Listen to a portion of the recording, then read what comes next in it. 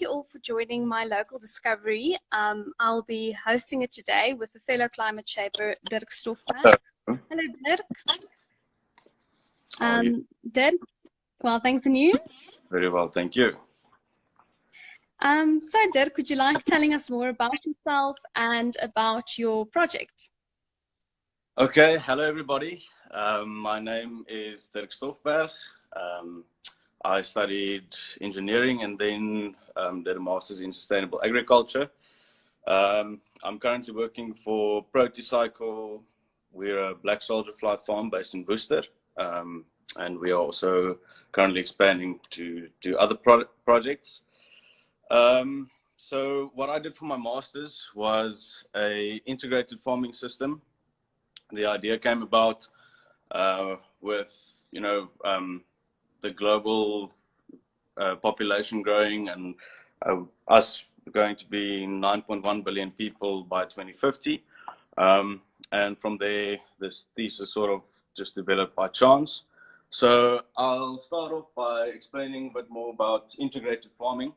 So integrated farming is basically the principle of combining different farming styles to create or to benefit each other. So you will, for my masters, for example, I integrated black soldier fly farming with aquaponics to create a circular waste system in which organic waste can be processed and then, or food waste can be processed and then recycled back into food.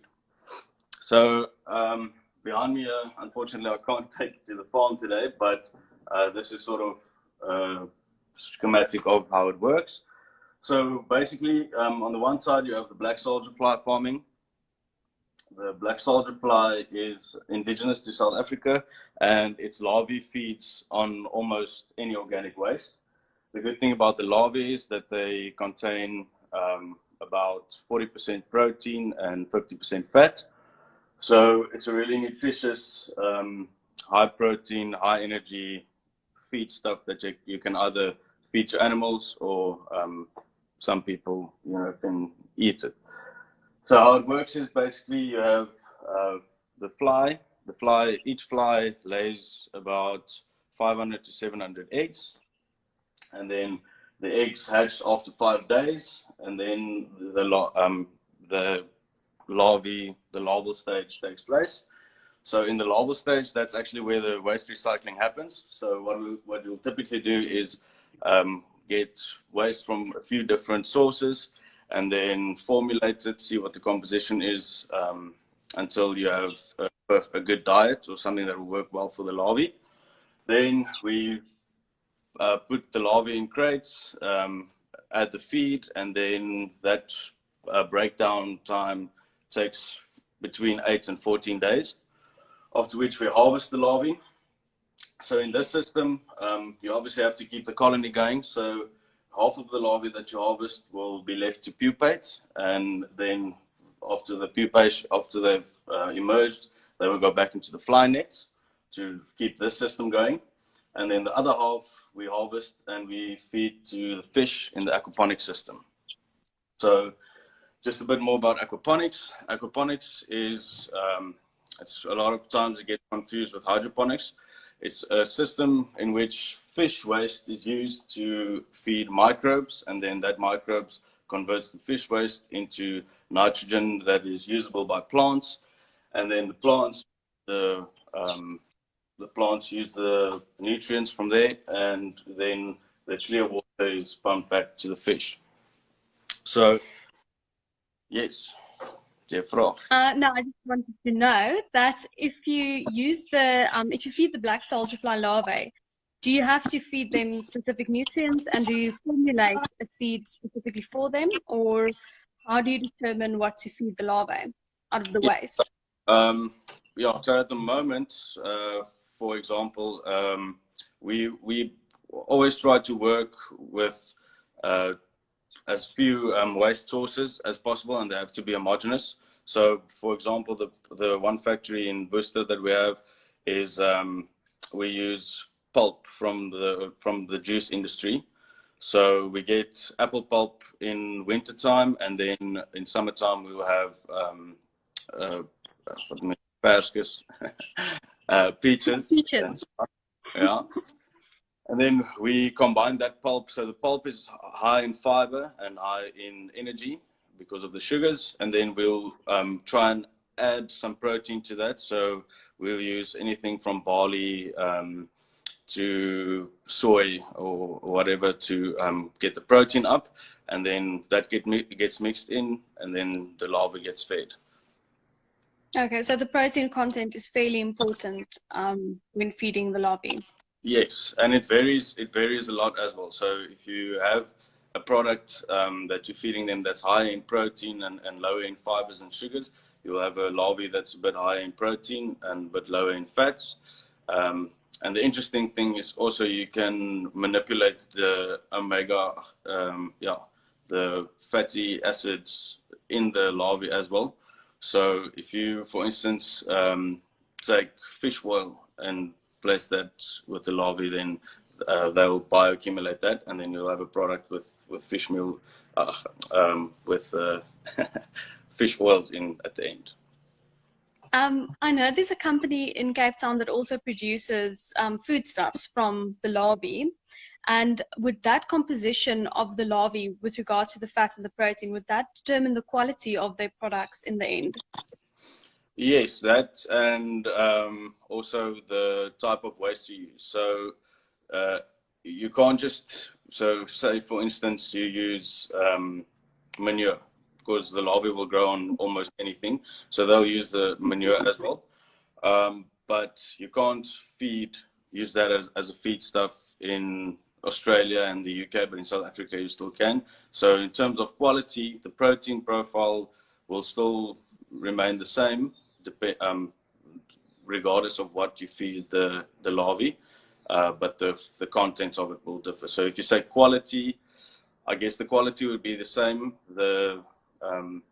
It's just the amounts of the proportion of protein to oil that will change. Okay, thank you. Sorry, you can continue. Okay, cool. So so basically overview of the system just again. So the input here is organic waste, which we have ample of in our food system. The larvae convert that into proteins and fats. That goes to the fish. The fish poops in the water. That gets broken down by microbes. The plants use the nutrients that the microbes provide for them. And then the clean water gets circulated back to the fish. So when harvest comes, you can have vegetables, fish, and then the substrate from the larvae, which is the frass. It's called frass. It's insect castings, and it's a really good source of compost. It's a really good compost. It's balanced, and it contains chitin, which is a natural immune booster in plants. Would you say that the system is fairly cost effective? The first part, so Protecycle only does the black soldier fly farming now. The reason is twofold. Firstly, we want to do it on a mass production scale, and then it gets harder to focus on the other side as well. And then in the second place, this makes a lot more sense. It's a lot more profitable than the aquaponics side. The aquaponics can be profitable, but you will have to do it. You have to do it on a large scale or a commercial scale. So the system that I built is more a hobbyist size system. So for that economically, it doesn't really make sense, but on a large scale, it does. And could you use the water from the aquaponic system as irrigation water, or is it too little? Well, you don't want to use the water as irrigation water because you want to keep the system full. So the plants obviously use some water. There is some evaporation and so on. So periodically you'll add some water to the aquaponic system just to keep the levels right and to keep everything happy and flowing. Okay, awesome. So, further, what would you say is your main motivation behind the work that you do? My main motivation. Sorry, my Yes. husband is taking a picture of me. He thinks it's funny. But anyways, Your- so my motivation behind it, I don't know, I sort of stumbled upon it by accident. And I could, yeah, so it basically all started when I started my master's in sustainable agriculture. We basically, with every lesson we had, or every lecture, almost started with by 2050, we're going to be 9.1 billion people. Food security is a problem, and sustainable food systems is something that we really need. And it's not no longer sustainability is no longer a buzzword. It's an actual thing that we can't avoid anymore. And I thought, well, I might as well do something good while I'm at it. yeah. So yeah, instead of just going into pure engineering or whatever, I decided I wanted to do sustainable agriculture. How would you say your undergraduate degree in industrial engineering helps you with producing sustainable systems? Well, engineering sort of teaches you I guess, the systems way of thinking or analyzing things. And it definitely helped a lot with building the system, the current system that we have. And also in my job now, it helps a lot when, you have to do projects and plan ahead and stuff like that. So I guess it's the systems part, or the systems thinking that you learn in engineering helped over there. That's beneficial. Is there any other sustainable projects that you would like to take forward, or is your main focus now on perfecting this current system? Yeah, so we are taking on at the moment 2 new projects. One here near Stellenbosch, where we will be working with county fair chickens to convert their chicken waste into fats and protein, and then the compost. And then the other one is a canning facility near Tilbach in South Africa. So yeah, we are sort of not perfecting it. With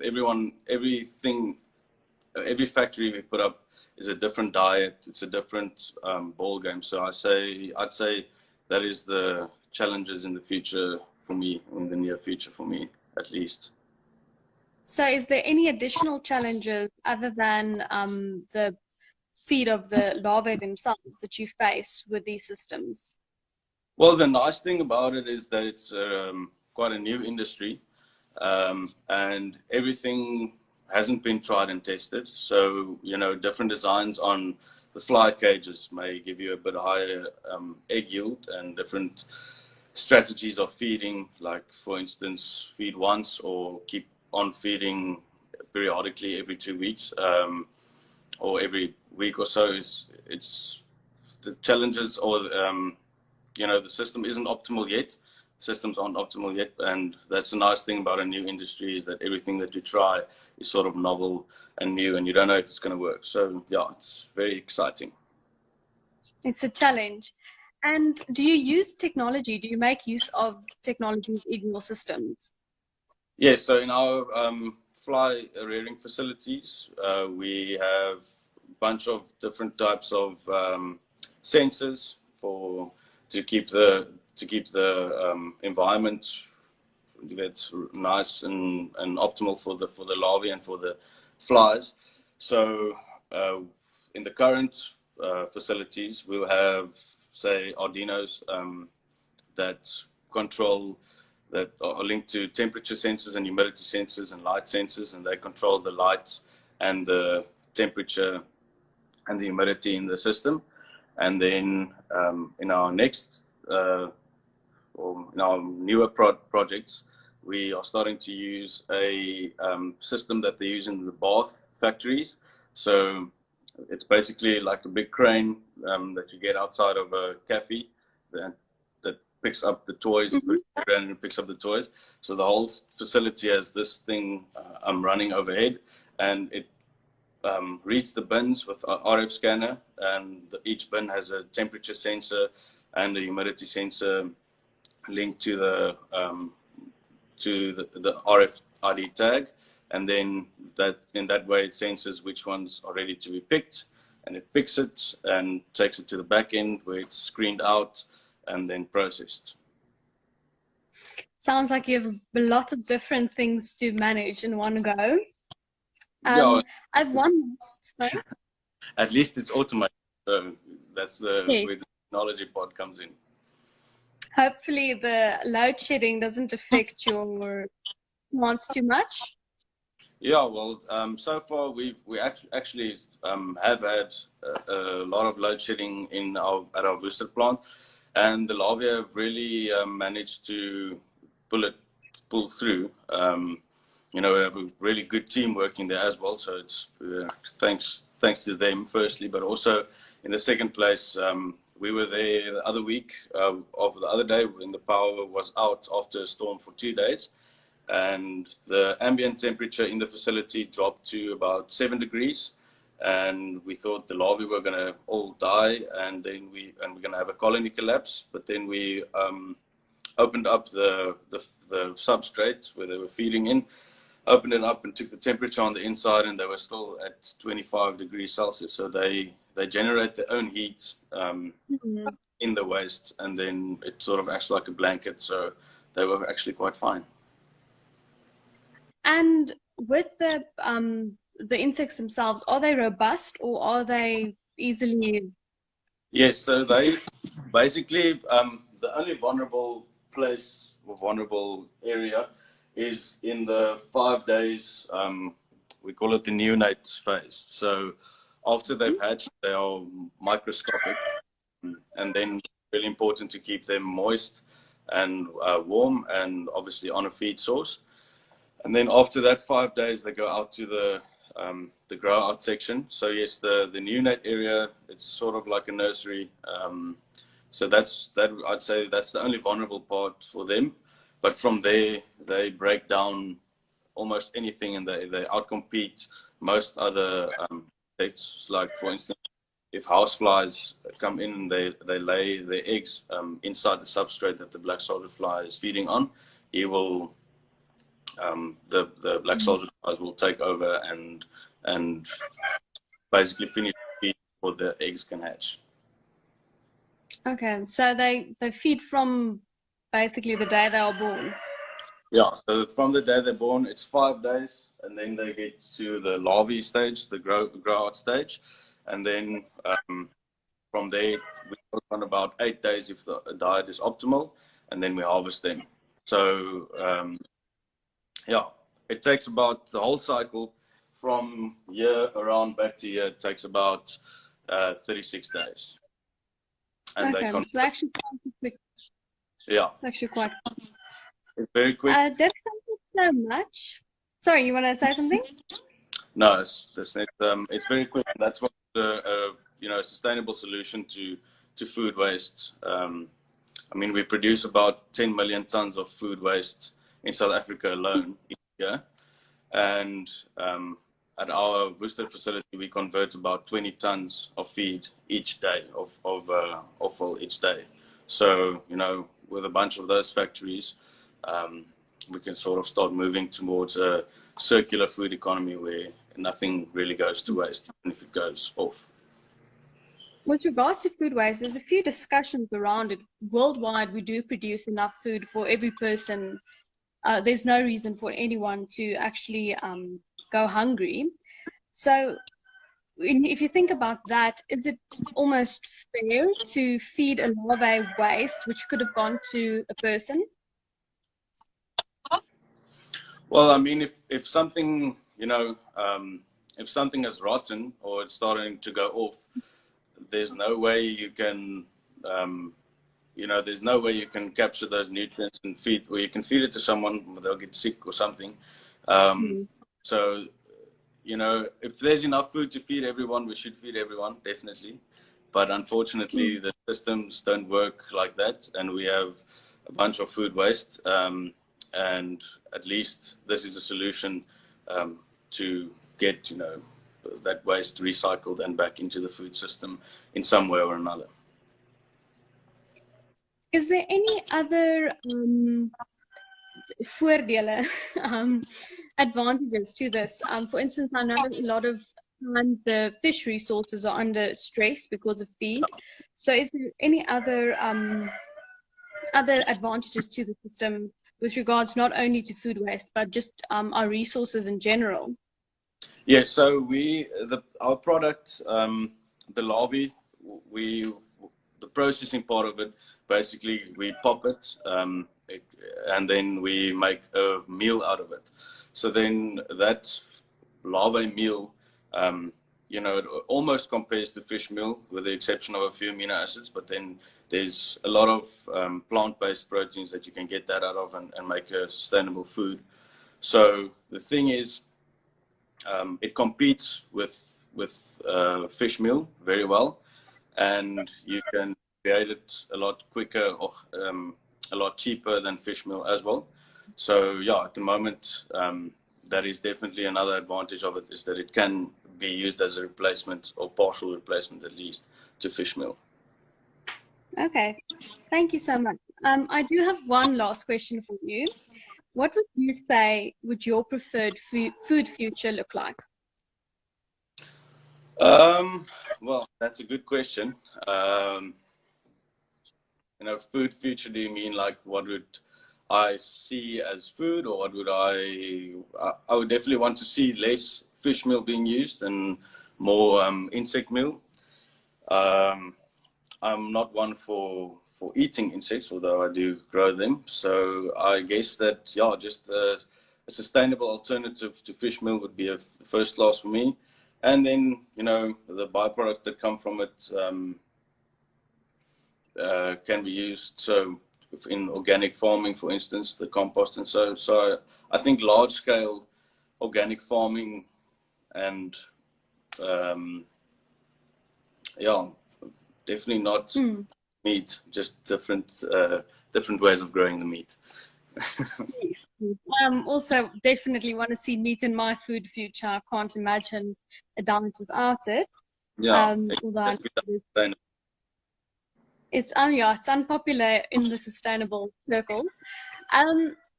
Yeah, thank you very much, Dirk. I really appreciate that you took the time aside to talk to me today. It's a pleasure. You must have a very lovely afternoon, and thank you everyone for joining and listening in. If you have any questions, you're welcome to send me a message, or you can message Dirk directly on ProteCycle. Yeah, thank you very much. Okay, thanks, Ineke. Have a lovely day. Enjoy. Bye. Bye. Bye.